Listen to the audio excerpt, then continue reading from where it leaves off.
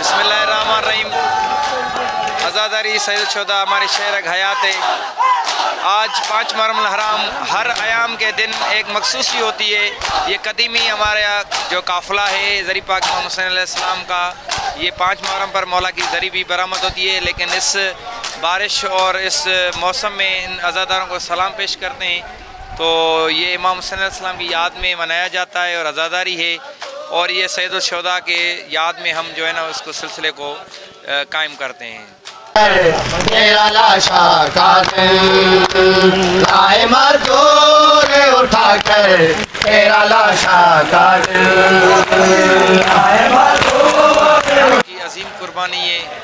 یہ پوری محسن اسلام میں امام حسین علیہ السلام کی عظیم قربانی کو